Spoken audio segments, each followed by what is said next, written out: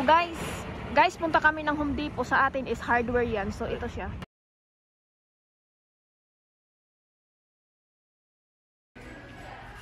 Ito yung Christmas tree nila guys. Sa loob ng hardware. May mga Christmas tree sila na nilagay.